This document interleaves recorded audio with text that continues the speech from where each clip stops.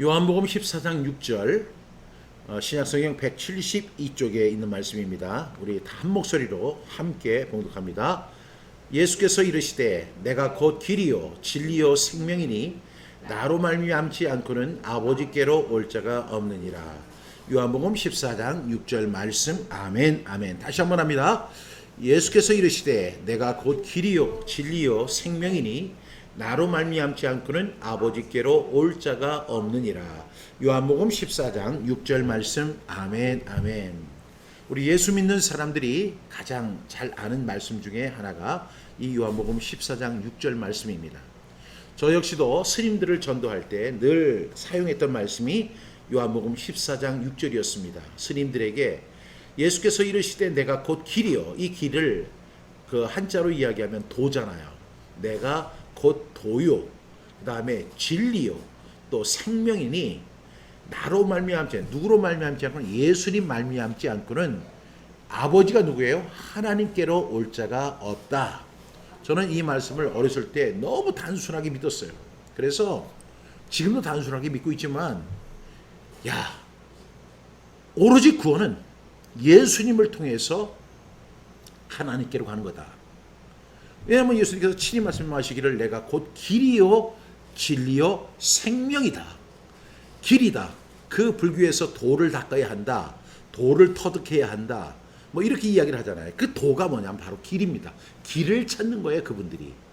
그런데 그분들은 쓸데없이 도를 찾아요. 향방 없이 도를 찾는 거예요. 근데 예수님이 내가 곧 길이다. 내가 곧 도다. 이렇게 말씀하시는 거예요. 그래서 내가 스님들을 볼 때 도를 터득하셨어요? 도를 깨달으셨습니까? 하고 물어보면 도를 깨닫는 것이 그리 쉬운 일이 아니요. 이렇게 이야기를 해요. 그러면 제가 꼭 이렇게 이야기하죠. 아닙니다. 스님이 잘못 알고 계신 겁니다. 스님, 예수님이 바로 길이십니다. 예수님이 바로 도이십니다. 예수님을 만나셔야 됩니다. 예수님이 도가 되시고 진리가 되시고 생명이 되시는 분입니다. 따라서 승복 벗고 머리 기르고 이제부터는 예수님을 믿고 따르십시오. 이렇게 이야기한다고요. 스님들이 그 이야기를 듣고 그냥 가버리지만 제 말이 진실이고 진리이고 생명입니다. 그리고 진정한 도입니다.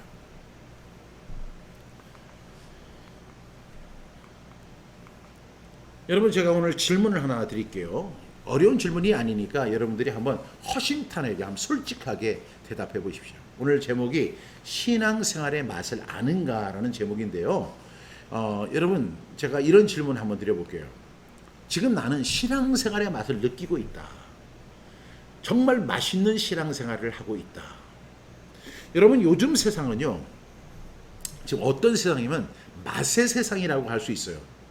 그래서 여러분들 지금 뭐 목사님들이 설교하는 것은 기껏해서 몇십 명, 몇백 명밖에 안 보지만, 그리고 뭐 아주 유명한 목사님들은 몇천 명도 보지만, 여러분 어떤 먹방을 하고 맛있는 음식을 소개하는 그런 먹방 유튜버들은요, 한 시간만 지나도 몇십만 명이 보고 하루만 지나면 몇백만 명이 보는 그런 일들이 있어요. 그만큼 사람은 맛에 대해서 민감하고 맛있는 맛을 추구하며 살아가는 게 세상 사람들의 라이프 스타일이에요. 그렇지만 우리 그리스도인들은 그런 음식도 맛있게 먹어야죠. 우리 그리스도인들도 육신을 갖고 있으니까 맛있는 음식을 맛있게 먹는 그런 것도 중요하지만 정말로 우리가 하고 있는 신앙생활의 맛을 느껴야 한다는 거예요. 여러분은 신앙생활의 맛을 느끼고 있어요? 나는 신앙생활하니까 너무너무 좋아. 내 신앙생활은 너무 맛있어 라고 표현할 수 있을 정도로 맛있는 신앙생활을 하고 있느냐 하는 거예요. 여러분, 어떤 사람은 정말 신앙생활이 기쁘고 즐거운지 한번 여러분 대답해 보세요. 신앙생활을 하는데 감격 있고 그 신앙생활이 건강한가? 여러분의 신앙생활 한번 진단해 보세요.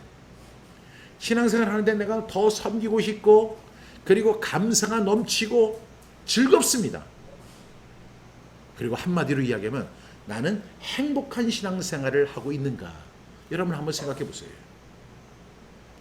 여러분, 이 신앙생활을 제가 이야기하는 것은 하나의 어떤 기능적인 면에서가 아니라 생명적인 측에서 이야기하는 거예요. 이거를. 왜냐하면 내 신앙생활이 진짜인지 가짜인지를 갖다 구분하는 시금석이 될 것이기 때문에 그렇습니다. 반면에 어떤 사람들은 이런 생각이 들 거예요. 처음에는 참 좋았는데 지금은 약간 의무적으로 변해 있는 것 같다. 또 어떤 사람은 신앙생활에는 감격이 없고 건강하지 못한 것 같다. 이렇게 대답하실 분도 있을 것 같아요. 그리고 내가 이 섬기는 교회에 가면 상처도 쉽게 받고 감사가 사라졌다. 그냥 나는 시계 바늘처럼 그냥 왔다가 갔다가 왔다가 갔다가 안 갈 수도 없고 그러니까 그렇게 교회를 다닌다. 궁극적으로 이렇게 질문할 수 있어요. 신앙생활이 행복하십니까? 라고 물었을 때 여러분들이 나는 정말로 신앙생활이 행복합니다. 이렇게 고백할 수 있어야 된다는 거예요. 이거를 제가 지금 여러분들에게 설문지를 줘서 여러분들을 어떻게 평가하려고 하는 것이 아니라 여러분 스스로가 대답을 하시고 여러분의 자신의 신앙생활이 옳고 그른지를 우리가 분명히 판단해야 하는 거예요. 예수님께서도 우리 성경에 보면 너희가 믿음에 있는가 너희 자신을 시험하고 확증하라고 그랬잖아요. 시험도 해보라는 거예요. 그리고 확증해보라는 거예요. 이것은 우리 기독교인들이 별로 좋아하는 말이 아니에요. 왜? 여러분들은 믿음 안에 있습니다.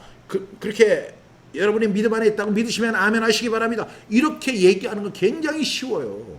이거는 주입하는 거예요. 주입. 공산주의 사상을 갖다 주입하는 것처럼 이 주입식 교육이에요. 여러분 예수 믿고 구원받으니까 행복하시죠? 아멘입니까? 근데 거기서 노멘 이렇게 할 수는 없잖아요. 그런데 여러분들이 꼭 이 질문에 대해서 대답해 보셔야 돼요. 정말로 나는 신앙생활의 맛을 알고 있는가? 지금 나의 신앙생활은 행복한가?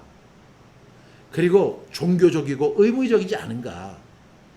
교회를 가고 하나님께 예배하고 하는 것이 너무나 감격스럽고 은혜가 넘치고 기대가 되고 그런 신앙생활인가?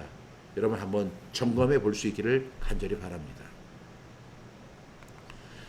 여러분 신앙생활은 여러 가지 면이 있기 때문에 한마디로 이렇게 신앙생활을 딱 정리해서 이렇다 저렇다 하기는 참 어려워요. 그렇지만 그럼에도 불구하고 지혜로운 사람은요 그것을 진단하는 거예요.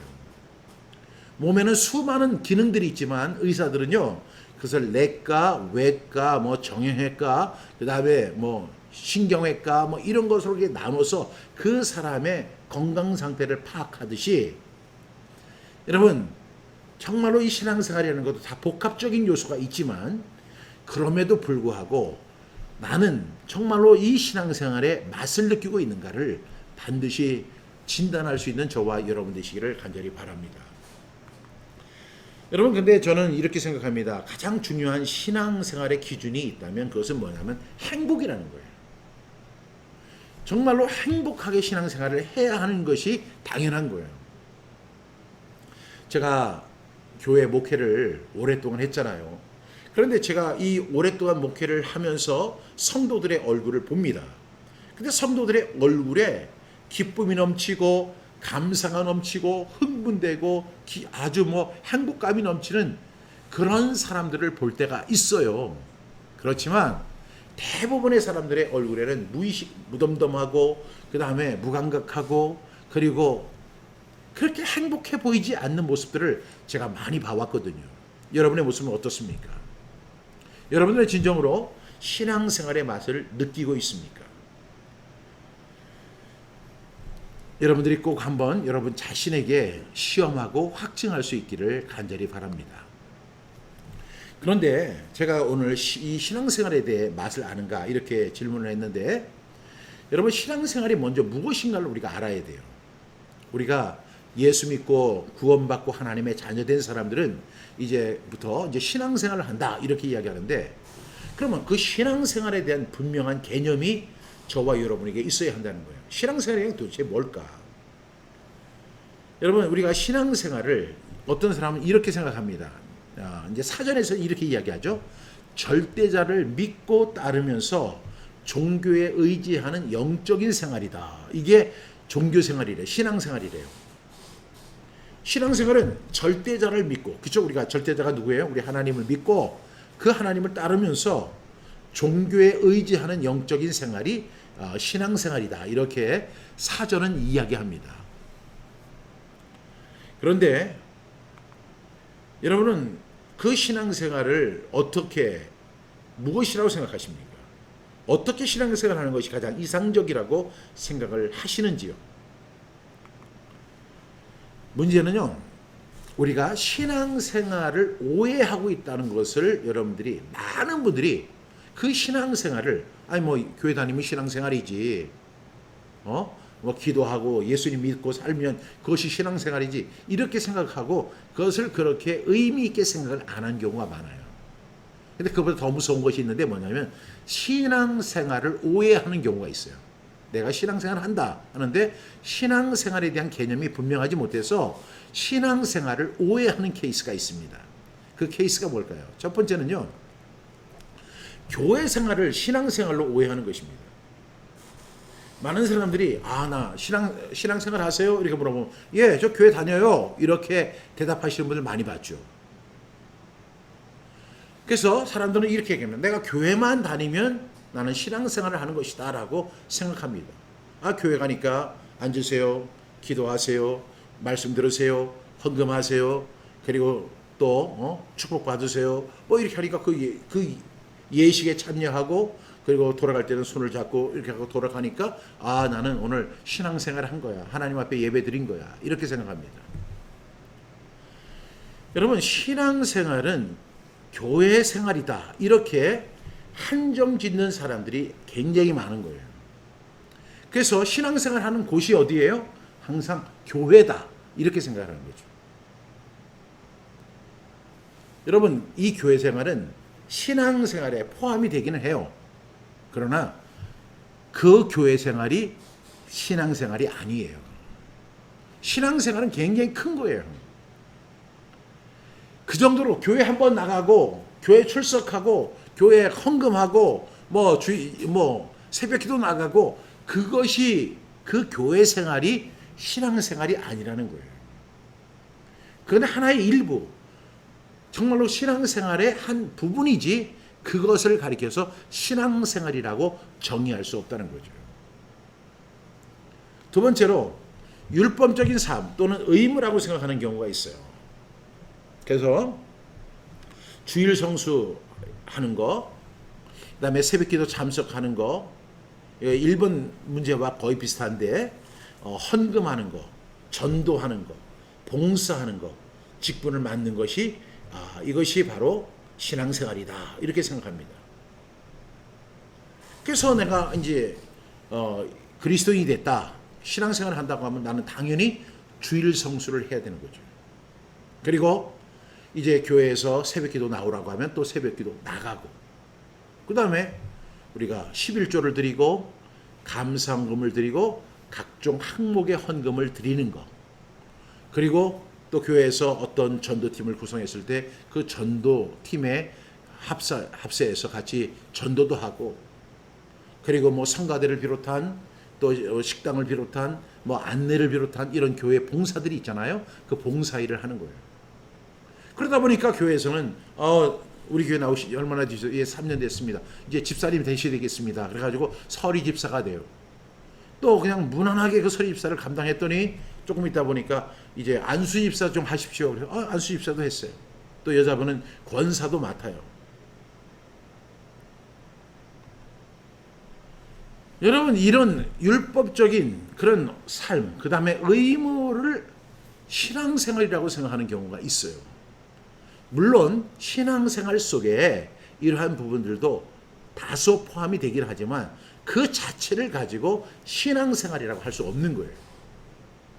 많은 사람들이 이렇게 율법적이고 내가 의무를 다했기 때문에 내가 신앙생활을 했습니다라고 그렇게 주장하는 사람들이 엄청 많아요. 심지어는 예수님 앞에 가서도 내가 주의 이름으로 선지자 노릇하고 주의 이름으로 귀신을 쫓아내고 주의 이름으로 많은 권능을 행하지 아니하였습니까? 라고 이야기할 정도로 자기가 어떤 했던 무슨 일들을 그것을 하나의 신앙생활로 이해를 하는 거예요. 이건 큰 착각입니다. 신앙생활 속에는 이건 하위 부분에 들어가는 거지 이거는요 진정한 신앙생활이 아니에요. 세 번째로 우리가 신앙생활을 오해하는 건 어떤 거냐면 금욕적인 생활을 하는 것이 신앙생활이다 이렇게 이야기합니다. 그래서 예를 들어 뭐 술 먹지 마십시오. 담배 피우지 마세요. 그리고 우리 그리스도인들은 오락이나 향락 즐기지 마세요. 그리고 우리는 거룩하고 경건한 삶을 살아야 돼요. 말 같은 거 조심해야 돼요. 그리고 우리는 항상 기도의 삶을 살아야 돼요. 하고 딱 보면은 세상 사람들은 술 먹고 담배 피고 먹방하고 그리고 막 스포츠도 하고 게임도 하고 막 많은 뭐 캠핑도 가고 수많은 그리고 오락적이고 향락적인 일을 막 즐기고 사는데 우리 그리스도인들은 그런 거 하면 안 됩니다. 그런 거 할 시간에 우리는 뭐 해야 돼요? 기도해야 합니다. 기도하면서 자신을 다스리십시오. 뭐 이렇게 이야기하는 것이 신앙생활로 오해하는 경우도 있어요. 비슷하잖아요. 그렇죠? 뭐 술, 담배 하지 않고 그리고 그런 게임이나 오락 같은 거 하지 않고 말도 조심하고 경건하게 목소리에 힘 좀 주면서 할렐루야 뭐 이렇게 하고 그리고 뭐 경건한 삶을 산다고 해가지고 옷도 그냥 그 청바지 같은 거 잘 안 입고 꼭 넥타이 매고 성경책을 들고 그리고 근엄한 표정을 짓고 교회를 가는 그런 모습이 신앙생활이다. 또 기도 열심히 해야 합니다. 기도 여러분 이것도요 신앙생활이 아니에요. 만약에 이렇게 한다고 하는 것은 그냥 금욕적인 생활을 하는 거예요. 예수를 믿든 안 믿든 간에 이런 금욕적인 삶을 살아가는 사람들 되게 많아요. 이 불교에도 그런 사람들 많고 저 천주교에도 그런 사람 많고 특히 힌두교가 이런 사람 제일 많아요. 그리고 저 알라를 믿는다고 하는 이슬람에서 그런 게 많죠. 그러면 그 사람들의 신앙생활이라고 그 사람을 우리가 신앙생활이라고 정의할 수 있을까요? 이렇게 금욕적인 거 이것이 신앙생활로 오해하는 경우가 있습니다. 그 다음에 네 번째로는요 종교생활로 생각하는 거예요. 가장 우리가 흔한 케이스인데 종교생활이라는 게 뭐냐면 나를 위해서 주의를 지키고 나를 위해서 예배 참석하고 나를 위해서 헌금하는 거예요. 그렇게 하다 보면 하나님께서 내 자녀가 잘 되게 하고 좋은 대학에 진학하게 하고 좋은 직장에 취직하고 집도 살 수 있고 뭐 이런 어떤 보상을 기대하면서 종교생활을 하는 거죠. 여러분 기독교는 우리가 목사님들이 늘 누누이 이야기하지만 신학자들도 항상 이야기하지만 기독교는 종교가 아니라 그거예요. 종교는 뭐냐면 내가 뭔가를 해서 그로 인해서 보상을 받는 거예요. 내가 성심성의껏 기도해서 결과를 얻고 내가 아들을 얻지 못하는데 내가 그렇게 그냥 그 뭐 제사를 많이 드려가지고 그래서 아들을 얻고 정성, 공로 이런 것들을 그 종교 생활이라고 하는 거예요. 기독교는 뭐냐면 그런 것이 아니라 하나님께서 이미 계시해 주셨어요. 성경을 통해서 우리에게 말씀해 주셨어요. 그 말씀을 따라가는 것이 기독교지 우리는 종교 생활하는 게 아니에요. 물론 이제 인구 센서스를 할 때 당신의 종교가 뭡니까? 이렇게 물어볼 때 그 사람한테 기독교는 종교가 아닙니다. 이렇게 얘기하면 시간 걸리니까 그때는 그냥 기독교 이렇게 할 필요는 있지만 종교와 기독교는 완전히 다르다는 사실을 알아야 돼요. 내가 그렇게 열심히 기도하고 그랬더니 우리 아들이 좋은 대학에 가고 좋은 직장에 취업하고 그리고 아들도 쑥쑥 잘 낳고 딸도 잘 낳고 아파트도 하나 사고 이렇게 그것을 위해서 기도하고 그것을 위해서 예배 참석하고 그것을 위해서 헌금하고 그것을 위해서 정성을 들이는 거 이거는 종교생활이에요. 신앙생활은요 종교생활이 아니에요. 그러면 우리 기독교가 이야기하는 신앙생활이란 도대체 무엇일까요?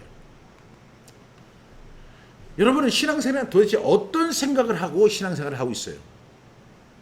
오늘 본문이 바로 그 말씀을 하고 있다는 거예요. 첫 번째로 우리가 오늘 말씀이 뭐죠? 내가 곧 길이요 진리요 생명이니 나로 말미암지 않고는 아버지께로 올 자가 없는. 신앙생활이라는 건 바로 이 세 가지예요. 첫 번째로 예수님의 길을 걸어가는 것이 첫 번째고 두 번째는 진리를 아는 것이고 셋째로는 생명을 얻는 거예요. 이것이 진정한 신앙생활이에요. 여러분, 신앙생활은 바로 이런 것입니다. 정말로 우리가 이 첫 번째 예수님의 길을 같이 걸어가고 그 다음에 진리를 알고 생명을 얻을 때요, 이 속에 뭐가 나오냐면 신앙생활의 맛이 나오는 거예요. 제가 지난주에 여러분에게 소개했던 시편 23편에 보니까 여호와는 나의 목자시니 내게 부족함이 없으리로다. 그가 나를 푸른 풀밭에 누이시며 쉴만한 물가로 인도하시는도다. 내 영혼을 소생시키시고 자기 의를 위하여 어떻게 한다고 했죠?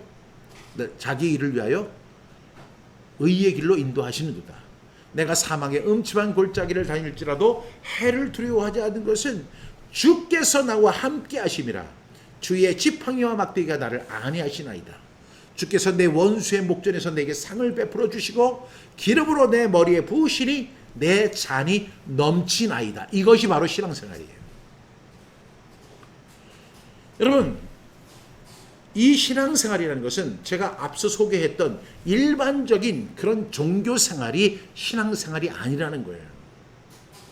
그러면 첫 번째로 우리가 예수님의 길을 걸어간다 할 때요, 우리가 생각하는 신앙생활과 차이가 있죠. 여러분, 많은 사람들이 신앙생활을 해서 뭔가를 해서 결과를 얻는 것이라고 생각하지만 예수님은 아니라고 이야기하시는 거예요. 나는 신앙생활을 해가지고 내가 기도하여서 응답받고 우리 자녀들이 잘 되고 복을 받고 우리 사업장이 잘 되고, 예수님은 그렇게 말씀하지 않으세요. 그럼 어떤 것이 신앙생활일까요? 첫 번째로 예수님의 길을 걸어가는 게 신앙생활입니다. 왜냐하면 오늘 요한복음 14장 6절에서 예수님 분명히 말씀하셨죠. 내가 곧 길이요 진리요 생명이니 그랬어요.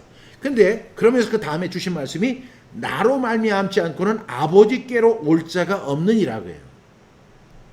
여러분, 신앙이라는 것은 그 하나님을 앙망하는 거잖아요. 그러니까 신앙은 뭐냐면 하나님 앞으로 가는 것이 신앙이에요. 그 과정의 모든 일련의 과정을 생활이라고 하는 거예요. 그래서 이 신앙이라고 하는 것은 하나님께로 가는 것을 포함한 모든 생활을 신앙생활이라고 하는데, 여기서 그 신앙생활을 성공시키려면 반드시 세 가지 조건이 있어야 돼요. 반드시 예수님의 길을 가야 되고, 두 번째는 진리를 알아야 되고, 세 번째는 생명을 얻어야 한다는 거예요. 이것이 진정한 신앙생활입니다. 오늘 제가 고구마처럼 답답한 이야기를 해서 여러분들이 좀 답답하게 느낄지 모르지만, 또 여러분들이 생각했던 거를 제가 비틀어서 여러분들이 좀 화가 났을지도 모르겠지만 사실은 사실입니다. 신앙생활 이렇게 해야 돼요. 여기서 중요한 사실이 뭐냐면 예수님의 길을 따라가는 것은 결코 어려운 길이 아니라는 거예요. 오히려 그 예수님이 그 가는 길을 내가 따라가는 건 쉬운데 오히려 길이 아닌 곳을 향해서 갈 때 더 힘든 거예요. 그래서 종교생활은 굉장히 어렵습니다. 종교가 그렇게 힘든 거예요. 평생을 해도 뭔가 얻어지지 않는 게 종교생활이잖아요. 근데 우리는 이런 노래를 부르면서 가야 돼요. Walking with Jesus, walking with day, walking every day. 우리는 예수님과 함께 늘 걸어가는 거예요. 날마다, every day, every year. 그 길이 바로 신앙생활이에요. 그 예수님의 길을 걸어가는 거예요. 예수님은 우리에게 이렇게 말씀하십니다. 나는 선한 목자라. 선한 목자는 양들을 위하여 자기 생명을 바친다. 이렇게 이야기해요. 예수님이 지금 가시는 것은 우리를 보호하시기 위해서 앞장서서 가시는 거예요. 그 예수님은 선한 목자잖아요. 그러니까 우리는 음매매매 하면서 그냥 예수님을 따라가면 되는 거예요. 그러면 그 안에 진리가 있고 그 안에 생명이 있습니다. 내가 앞장서서 가는 게 아니라 예수님 따라가는 거예요. 예수님 따라가는 거예요. 이것이 신앙생활이라니까요. 그래서 마태복음 11장 28절부터 30절에 보니까 이 말씀이 있죠. 시작. 수고하고 무거운 짐진 자들아 다 내게로 오라. 내가 너희를 쉬게 하리라. 나는 마음이 온유하고 겸손하니 나의 멍에를 메고 내게 배우라. 그리하면 너희 마음이 쉼을 얻으리니 이는 내 멍에는 쉽고 내 짐은 가벼움이라 하시니라. 예수님께서 지금 수고하고 무거운 그 자기 종교에 빠져가지고 자기 신앙생활에 빠져가지고 허덕이는 사람들에게 이렇게 말씀하시는 거예요. 수고하고 무거운 짐 지고 있지? 내게로 와. 내가 너희 쉬게 해줄게. 나는 마음이 온유하고 겸손하니 나의 멍에를 메고 예수님의 멍에를 메고 예수님을 배워. 그러면 너희 마음이 뭘 얻는다고요? 쉼을 얻는다. 그러면서 이는 내 멍에는 쉽고 내 짐은 가벼움이라. 그러니까 예수님 따라가는 길이 힘들어요? 안 힘들어요? 안 힘든 거예요. 예수님이 인도하시는 길을 걸어가는 것은 결코 힘들지 않는 거예요. 어떤 차장에 보니까 예수님이 가신 거는 십자가의 길이고, 여러분 예수님은요 우리를 위해서 이미 십자가 지신 거예요. 그래서 우리는 그 예수님께서 하신 그 은혜를 믿고 그 하나님께서 그 십자가를 지게 하신 그 하나님의 사랑에 힘입어서 우리는 예수님을 따라가면 되는 거예요. 그럴 때 우리는 무겁고 그 힘든 짐을 다 내려놓고 예수님의 멍에와 예수님의 짐을 가지고 가볍게 주님을 따라가는 거예요. 이것이 바로 신앙생활이에요. 예수님은 또한 요한복음 10장 9절을 통해서 이렇게 말씀합니다. 시작. 내가 문이니 누구든지 나로 말미암아 들어가며 구원을 받고 또 들어가며 나오며 꼴을 얻으리라.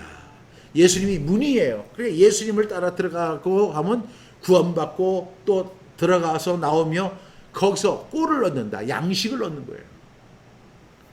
여러분 저는 여러분들의 신앙생활이 바뀌어야 돼요. 그렇게 바뀌어야 된다고 생각을 해요. 왜냐하면 예수님은 분명히 우리에게 말씀하시기를 수고하고 무거운 짐진 자들아 다 내게로 오라 내가 너희를 쉬게 하리라 그래요. 그 종교생활 내가 지금 생각하고 있는 신앙생활이 무겁고 힘들고 고통스럽고 또 안 가면 벌 받는 것 같고 이런 것이 아니라는 거죠.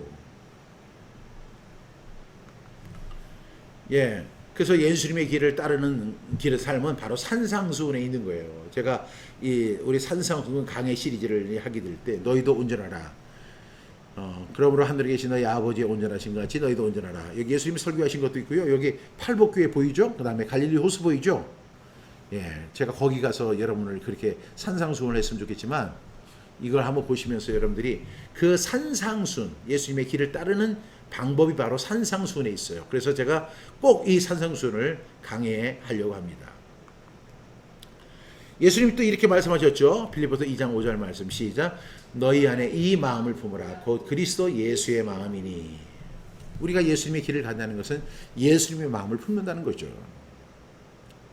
그리스도 예수의 마음을 품을 때 우리는요 진정한 신앙생활의 맛을 느끼면서 살아갈 수 있게 될 줄로 믿습니다. 두 번째로 우리가 신앙생활의 맛을 아는 두 번째 방법은 뭐냐면 진리를 아는 거예요. 진리를 아는 것. 제가 기도할 때마다 늘 그러잖아요. 하나님은 영이시니 예배하는 자가 영과 진리로 예배할지니라. 옛날에는 신령과 진정으로 예배할지니라 이렇게 했어요. 그건 번역이 엄청 잘못된 거예요.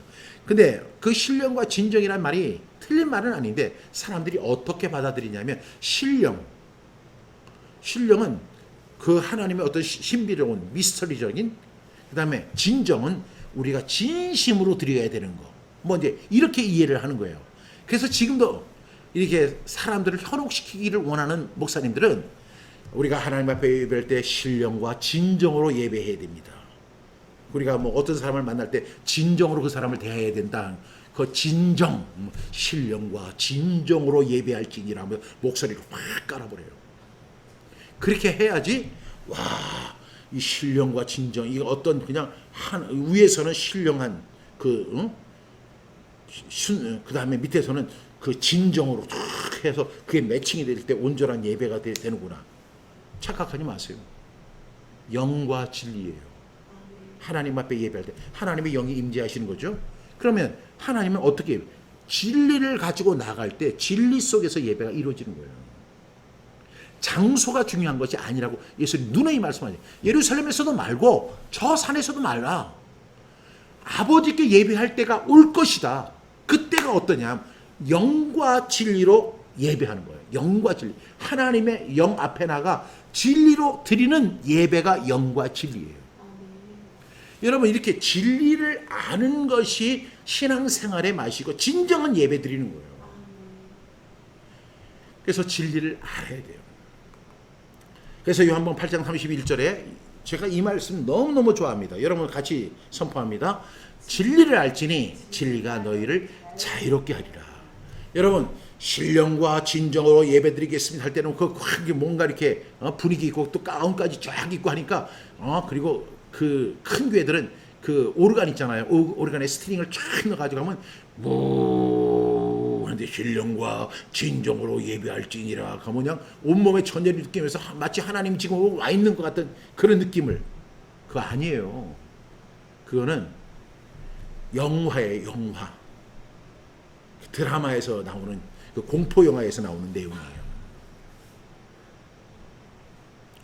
여러분 우리가 영과 진리로 예배하는 것입니다. 하나님의 영과 영을 있는데 하나님의 영. 근데 우리가 진리로 그분에게 나아가는 거예요. 이것이 예배예요. 그리고 요한복음 8장 30절 예수님 친히 말씀하시기를 진리를 알지니 진리가 너희를 어떻게 한다고요? 자유롭게 하리라는 거예요. 진리를 알면 속박되고 진리를 알면 구속되고 진리를 알면 경건해지고 진리를 알면 개인형이 이렇게 엄격해지고 그거 아니에요. 진리를 아는 순간에 어떤 역사가 일어나냐면 자유함을 얻는 거예요. 자유함이 있는 거예요. 따라서 신앙생활이라는 건 뭐냐? 자유함이 있는 거예요. 이 신앙생활의 맛을 느끼기 위해서는 그 자유함을 체험해야 돼요. 요한복음 3장 21절에도 예수님 친히 말씀하시기를 진리를 따른 자는 빛으로 오나니 이는 그 행위가 하나님 안에서 행한 것임을 나타내려 함이라 하시니라.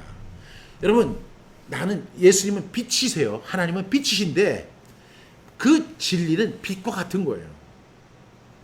그래서 그 행위가 하나님 앞에서 행한 것임을 나타내요. 빛이 있으면 다 드러나잖아요. 진리를 따르는 사람들은 빛으로 오는 거예요. 이게 바로 예배인 거예요. 이것이 바로 예배인 거예요. 진리를 따르는 자가 빛으로 오는 거. 그래서 그 행위가 하나님 앞에서 행한 것임을 나타내려 함이라. 이것이 바로 신앙생활입니다. 여러분 그럼 분명히 들으세요. 지금부터 잘 들으셔야 돼요. 진리를 알면 어떻게 된다고 했어요? 자유롭게 하리라고 했죠. 진리를 알면 자유를 얻는다는 거예요. 따라서 진리는 우리를 속박할까요? 속박하지 않을까요? 속박하지 않아요. 만약 우리 신앙생활을 하는데 그 사람이 진정한 자유가 있고 신앙생활에 자유는 없어. 그리고 의무만 있어. 나 오늘도 교회 가가지고 내가 그냥 그 음식 준비하고 나 힘들어 죽겠어. 내가 요새는 봉사하는 사람들이 너무 없어. 이거 내가 해야 돼. 그렇게 하는 거는요, 그건 참 좋은 봉사이긴 하지만 그 자체는 신앙생활이 아니에요. 그건 그냥 하나의 종교생활에 불과한 거예요. 그런데 이 신앙생활을 갖다가 그 신앙생활의 맛을 느끼게 하지 못하는 가장 무서운 요소가 있는데 그게 바로 뭐냐면 바로 율법주의인 거예요. 율법주의. 그래서 제가 다음 주부터 이제 갈라디아서 강해를 하는 이유가 바로 거기에 있는 거예요. 이 갈라디아서의 주된 내용이 뭐냐면 이 복음이라는 게 있어요. 예수 그리스도의 복음. 예수 그리스도의 복음이 있어요. 근데 예수 그리스도의 복음이 율법주의자들이 볼 때는 너무 싱거운 거예요. 내가 뭔가를 하고 내가 뭔가의 법을 지키고 내가 안식일을 지키고 내가 금식을 하고 내가 정말로 성경을 많이 암송하고 내가 의로운 일을 하고 내가 구제를 하고 뭔가 하고 이렇게 해야만 그것이 신앙생활이라고 생각하고 그렇게 하는데 아니 예수 그리스도를 믿고 자기의 죄를 고백하고 그분 앞에 모든 것을 의탁하면 갈라디아서 2장 20절에 내가 그리스도와 함께 십자가에 못 박혔나니 그런 이제는 내가 사는 것이 아니요 오직 내 안에 그리스도께서 사시는 것이야. 이제 육체 가운데 사는 것은 나를 사랑하사 나를 위하여 자기 자신을 버리신 하나님의 아들을 믿는 믿음 안에서 사는 거야. 이렇게 얘기하니까 너무 싱거운 거예요. 내가 뭐 하지도 않았는데 나를 의롭다고 하시고 너는 아무것도 안 해도 돼. 믿기만 하면 돼. 예수 그리스도 앞에 네 죄를 고백하고 네가 그 죄에 대해서 죽고 의에 대해서 살게 하는 그 자체만 가지고 돼. 그랬더니 그렇게 사람들이 그래서 복음을 받아들였던 거예요. 그랬더니 거기에 그 근처에 율법주의자들이 가서 그것만 가지고 안 돼. 아무리 하나님의 은혜로 구원받았다 하더라도 할례 받아야 돼. 할례. 이거는 우리 조상 아브라함 때부터 이루어진 일이라고. 그걸 왜 안 받아? 그래서 거기서 할례파와 무할례파가 나오고 하면서 슬그머니 그래도 율법을 갖다 싹 가미시키는 거예요. 근데 결론은 뭐냐면 그 내용이 바로 복음을 변하게 하는 거였어요. 여러분, 이런 율법이 복음 안에 이렇게 되면, 가미가 되면 상당히 매력이 있어요. 우리나라 사람들이 제일 좋아하는 것 중에 하나가 뭐냐면 인과응보입니다. 인과응보. 행한 대로 이렇게, 그래서 그 인과응보하고 율법은 잘 맞아 떨어지거든요. 그런데 여러분, 인과응보의 원칙에 의하면 저도 죽어야 할 사람이고 여러분 다 죽어야 할 사람이에요. 이 세상에 살아있을 사람은 하나도 없어요. 하나님의 은혜니까 제가 살아있고 하나님의 은혜니까 여러분이 살아있는 것이지, 인과응보의 법칙에 의한다면 저는 한 7번은 죽어야 되고 여러분은 한 40번은 더 죽어야 돼요.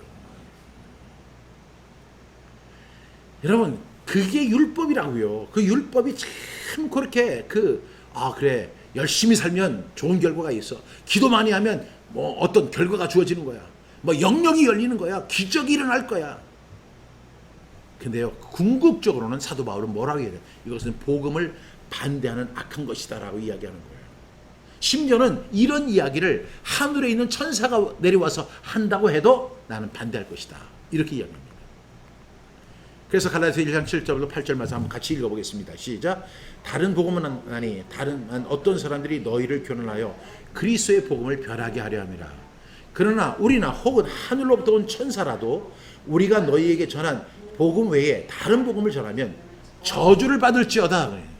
여러분, 다른 복음을 전하면 안 돼요. 예수 그리스도의 복음을 전해야 돼요. 순수한 복음 전해야 돼요. 그런데 거기에 율법이라고 하는 거 그걸 갖다 가미시켜서 하니까 뭔가 이렇게 내가 성취의 맛이 있는 거예요. 그러니까 내가 오늘 기도 열심히 했어. 그랬더니 오늘은 하나님이 기뻐하시는 것 같아. 내가 오늘 금식을 했어. 그랬더니 영역이 맑아지는 것 같아. 하면서 슬쩍 집어넣는 거예요. 아니, 복음. 여러분, 갈라디아 주제가 원래 뭐냐면 이신칭이에요. 이신칭이라는 건 뭐냐면 믿음으로 얻게 되는 의에 대해서 이야기하는 거야. 오로지 믿음으로 얻게 되는 의가 이신칭의예요. 그런데 그 갈라디아서를 지금 바울이 왜 썼냐면 오로지 믿음으로 말미암아 구원받고 믿음으로 말미암아 하나님의 자녀가 되고 믿음으로 말미암아 그 천국을 가게 되고 이렇게 그것을 믿기만 하면 됐는데 거기에 슬쩍 율법주의를 갖다 넣으니까 사람들이 거기에 더 매력을 느낀다는 거예요. 그렇게 가르치는 사람들이 종종 있는 거예요. 그래서 사도 바울이 단호하게 이야기합니다. 그러나 우리나 혹은 하늘로부터 온 천사라도 우리가 너에게 전한 복음 외에, 이 전한 복음이 뭐예요? 예수 그리스도의 복음이에요. 그 복음 외에 다른 복음을 전하면 저주를 받을지어다. 이렇게 이야기하는 겁니다. 여러분, 그런데 지금 한국교회에 순수한 복음이 아니라 율법주의가 깊이 뿌리를 내리고 있어요. 그래서 이것이 복음인지 율법주의인지 교회 안에서 주장하는 율법주의 한번 들어볼래요? 교회 안에서 이렇게 이야기하는 경우 있잖아요. 죄를 성수하지 않으면 하나님의 진노가 임합니다. 이 목사님들 가운데 여러분 죄를 성수하세요. 하나님께서 월, 하수, 목, 금, 토까지 여러분을 위해서 살게 해주셨습니다. 그러나 주일은 온전히 그분의 것입니다. 그래서 그분께 꼭 나와서 예배 드려야 합니다. 예배 드리지 않으면 하나님께서 하나님의 진노가 임하게 될 것입니다. 무서워. 어이구, 무서워. 또 우리가 이제 열심히 일을 하게 되면 11조를 하게 하는 거예요. 여러분 하나님 앞에 온전한 11조를 드리십시오. 온전한 11조 드리십시오. 온전한 11조 드리지 않으면 당신이 떼먹은 11조 하나님이 다 다른 것으로 다 빼갑니다. 병원비로 빼가고 교통사고 나게 하고, 그리고 하나님이 당신을 갖다 공경에 처해서 당신이 11조 안 했던 부분들 하나님이 다 제해버립니다. 차라리 좋은 말 할 때 11조 해요. 알겠어요? 또 전도할 때는 이런 이야기합니다. 여러분 전도하세요. 전도하지 않으면 그 사람의 핏값을 당신이 받게 된다고요. 그러니까 당신 그 사람 전도해야 되는 거예요. 그 핏값, 저 사람이 막 왜 나를 전도하지 않았어? 왜 나를 전도하지 않았어? 그 소리가, 그 핏값이 당신에게 계속 들려올 거야. 이런 얘기하는 거예요. 여러분 여기에 보면요, 우리가 주일 성수하되면 하나님의 진노가 임할까요? 11조 안 하면 하나님이 안 한 부분을 갖다가 다 다른 데서 다 빼가실까요? 병이 나게 한다든지 교통사고가 나게 한대요. 또 아니면은 자녀들이 뭐 사고를 쳐가지고 그 돈이 다 나가게 만든다는 거예요. 이런 얘기 들어보셨어요? 안 들어보셨어요? 솔직하게 얘기해봐요. 11조 하지 않으면 하나님이 그렇게 다 빼가신다고 그렇게 힘줘서 얘기하는데, 또 이런 것도 있잖아요. 하나님을 피해 도망가면 요나처럼 태풍을 만나게 되는 거예요. 그때 다시스로 가는 배를 마치 만났는데 그게 인생의 길이 열리는 줄 알아요? 아닙니다. 결국에는 하나님께서 태풍을 준비하셔서 몸도 잃고 시간도 잃고 돈도 잃고 다 잃어버리게 하시는 거예요. 그래서 하나님 피해 도망가지 마십시오. 하나님을 향해서 달려오십시오. 그래야지 여러분에게 복이 임합니다. 하나님을 멀리하면 망합니다.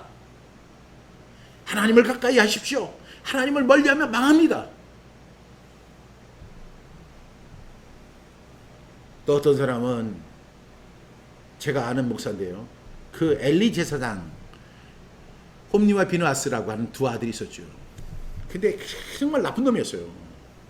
근데 당신이 기도하지면 엘리 제사장처럼 자신도 죽고 자녀들도 망하게 되는 거예요. 여러분 그 엘리 제사장이 그 홈리와 비누아스 큰 놓고 기도하지 않고 교육하지 않아서 자신도 죽고 그 아들도 다 죽어버리지 않았습니까? 기도하셔야 됩니다. 기도하셔야 됩니다. 기도하지 않으면 망하게 됩니다.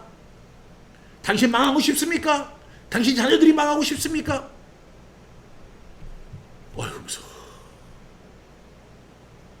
그러면 지금까지 이 신앙생활의 맛, 진리를 알지니 진리가 너희를 자유롭게 하리라, 이 말씀은 뭐가 되는 거예요? 솔직히 여러분 한번 생각해 보세요.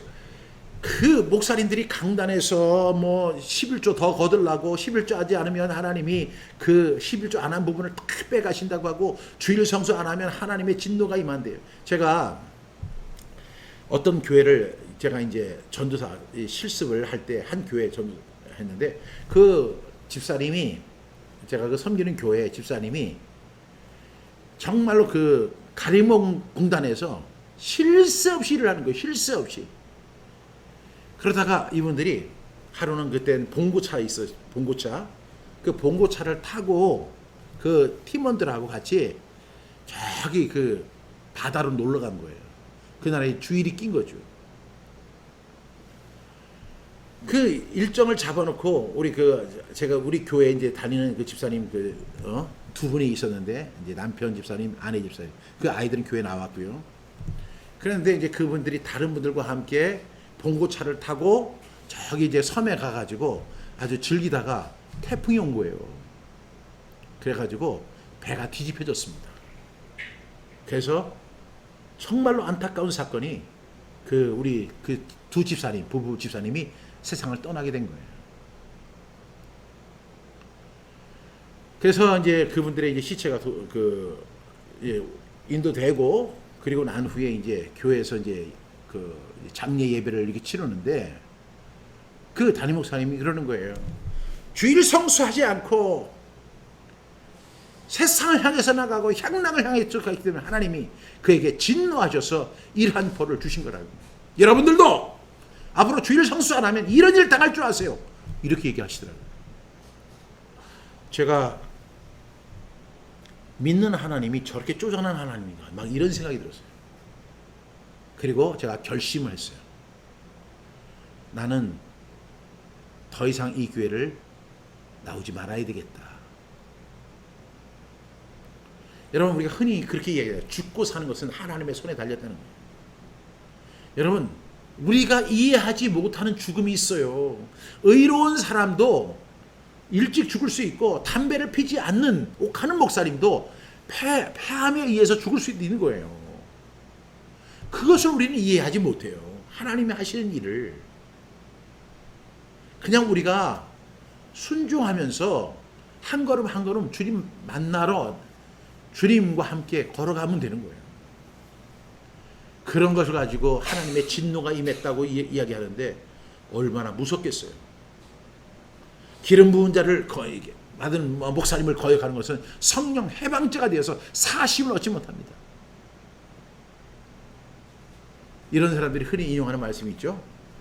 시편 13편 20절 시작. 무릇 주를 멀리하는 자는 망하리니 음령같이 주를 떠난 자는 주께서 다 멸하나셨나이다. 여러분, 근데 제가 그 빨간 글씨로 이렇게 써놨잖아요. 왜 이런 말을 할 때는 구약만을 인용해서 하는지 이해가 안 된다는 거예요. 아니, 하나님을 믿고 하나님의 자녀가 되고 하나님 그러다가 내가 좀 주일 성수도 못하고 헌금도 11조도 못 드렸더니 망하게 된다고요? 그런데 시편 73편 27절만 보시면 안 돼요. 28절은 뭐라고 하는지 보세요. 시작. 하나님께 가까이 함이 내게 복이라. 내가 주 여호와를 나의 피난처로 삼아 주의 모든 행적을 전파하리이다. 여러분, 그럼 27절을 했으면 28절도 해야죠. 그런데 27절 할 때 망하리니 주를 멀리하는 자는 망하리니 11조 안 하는 자는 망하리니 주일 성수 안 하는 자는 망하리니 봉사 안 하는 자는 망하리니 전도 안 하는 자는 망하리니 기도 안 하는 자는 망하리니 하나님을 멀리하는 자는 망하리니 하면서, 여러분, 이게 교회 안에 들어온 율법주의의 영향인 거예요. 이거는요, 시편 74편은 다윗의 시인데 다윗이 하나님 앞에 자기가 드리는 기도문이에요. 그런데 이것만 탁 껴서 무릇 주를 멀리하는 자는 망하리니 음료같이 주를 떠난 자는 주께서 다 멸하셨나이다. 이거는 하나의 결과론적으로 지금 이 시편 기자가 하나님 앞에 기도하면서, 하나님, 그렇습니다. 하나님 가까이 하겠습니다. 그래서 하나님께 가까이 하면 내게 복이 됩니다. 내가 주여를 나의 피난처로 삼아 주의 모든 행적을 전파하겠습니다. 이렇게 하는 기도의 일부예요. 주를 멀리하는 자는 반드시 망하게 됩니다. 믿으시면 아멘 하시기 바랍니다. 주를 가까이 하십시오. 교회 열심히 나오십시오. 새벽기도 열심히 나오십시오. 11조 열심히 드리십시오. 기도 열심히 하십시오. 이거는 종교생활이에요. 내가 뭘 해서 뭘 얻는 것은 종교생활이에요. 여러분, 제가 은혜에 대해서 말씀을 나누잖아요. 은혜는 뭐냐면 도저히 받을 수 없는 자격 없는 사람이 하나님께서 무한정으로 베풀어 주시는 하나님의 일방적인 은혜예요. 우리는 하나님의 은혜로 구원을 받은 거지, 우리가 율법을 지켜서 우리가 의로운 행위를 해서 우리가 11조를 잘해서 주일 성수를 잘해서 구원받은 게 아니라고요.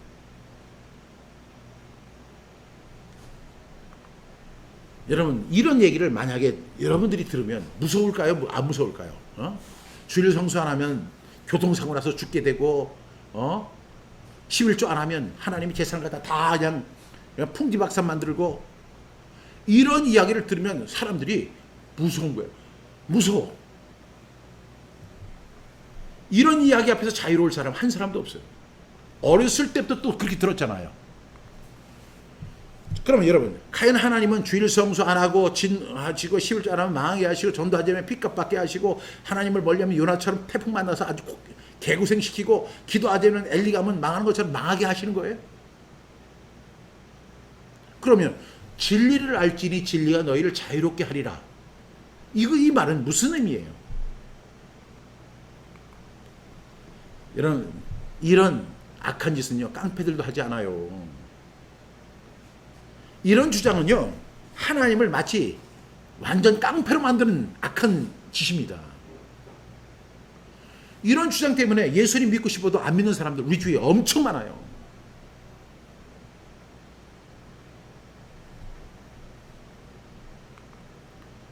하나님 그렇게 쪼잔한 분일까요? 여러분, 제 아들이 저한테 와서 좀 잘못했어요. 아빠 생신인데 이 아이가 30만 원 이렇게 용돈 주던 아이가 갑자기 아빠 이번에 어려워서 제가 용돈 못 드려요.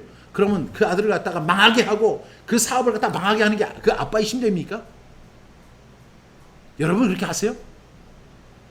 그렇게 쪼잔하세요? 근데 제가 가만히 보니까 목회자들이나 이 교회들이 그렇게 하는 이유는 뭐냐면 그 교회의 유익이잖아요. 그 11조를 그렇게 강조하면 11조가 다 들어오니까. 그 다음에 뭐 주일 성수하라고 하면 딴 데 못 가니까. 그래서 하나님을 남발해가지고 그 사람들에게 겁주는 거예요. 이거 저주받는 짓이에요. 그래서 갈라디아서가 필요한 것입니다. 다른 복음은 없어요. 우리가 너무나 잘 아는 에베소 2장 8절부터 9절을 이렇게 너희가 그 은혜로 인하여 믿음으로 말미암아 구원을 얻었나니 이것이 너희에게서 난 것이 아니요 하나님의 선물이라 행위에서 난 것이 아니니 이는 누구든지 자랑하지 못할 것이다. 우리가 그 은혜로 인하여 믿음으로 말미암아 구원 받은 것이지 하나님의 선물을 받은 거예요. 행위에서 난 것이 아니. 그래서 자랑할 것이 하나도 없는 거예요.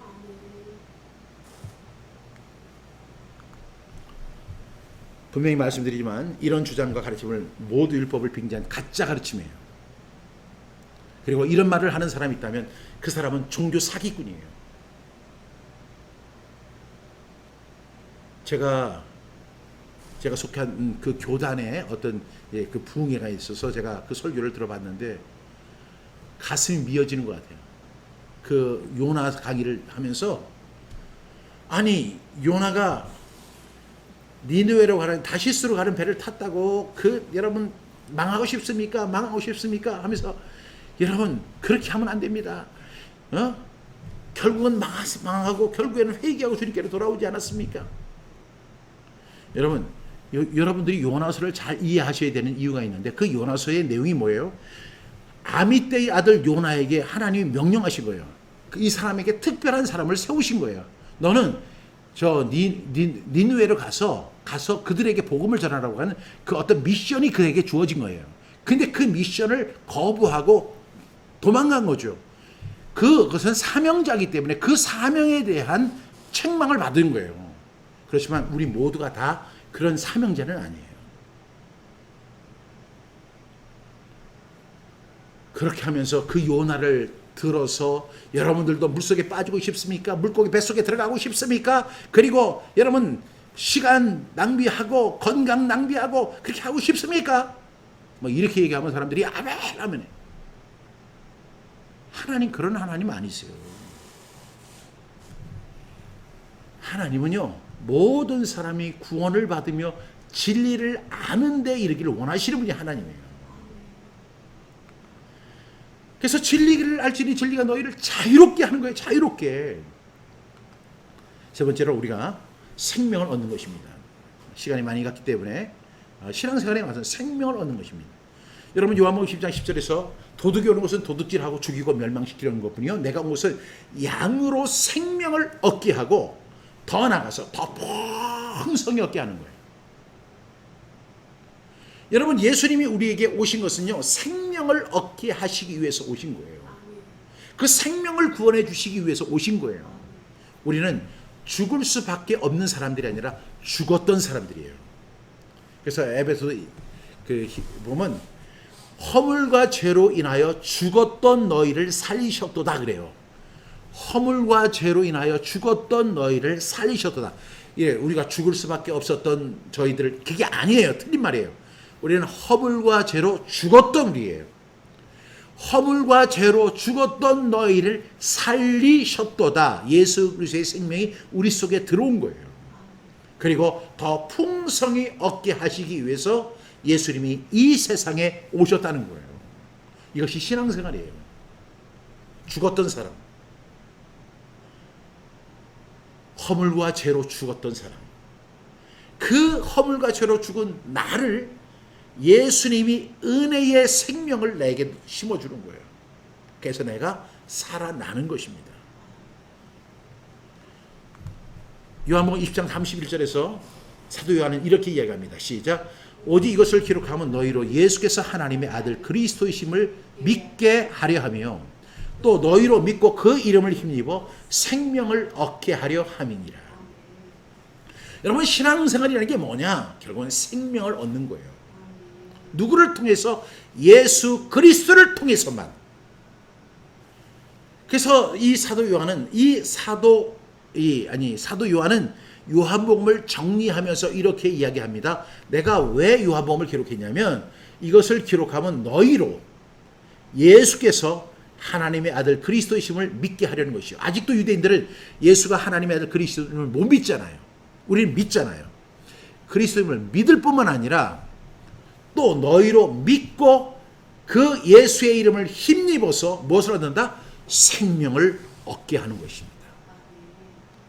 이것이 바로 예수님이 내가 곧 길이요 진리요 생명이니 라고 말씀하시는 거예요. 로마서 5장 18절에서 이렇게 이야기합니다. 그런즉 한 범죄로 많은 사람이 정죄에 이른 것 같이 한 범죄, 누구예요? 아담.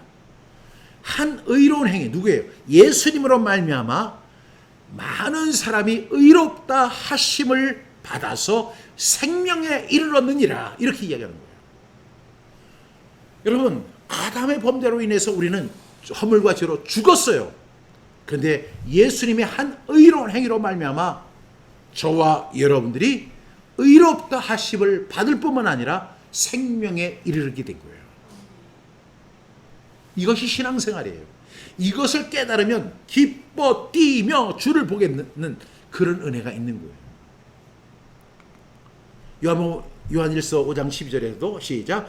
아들이 있는 자에게는 생명이 있고 하나님의 아들이 없는 자에게는 생명이 없느니라.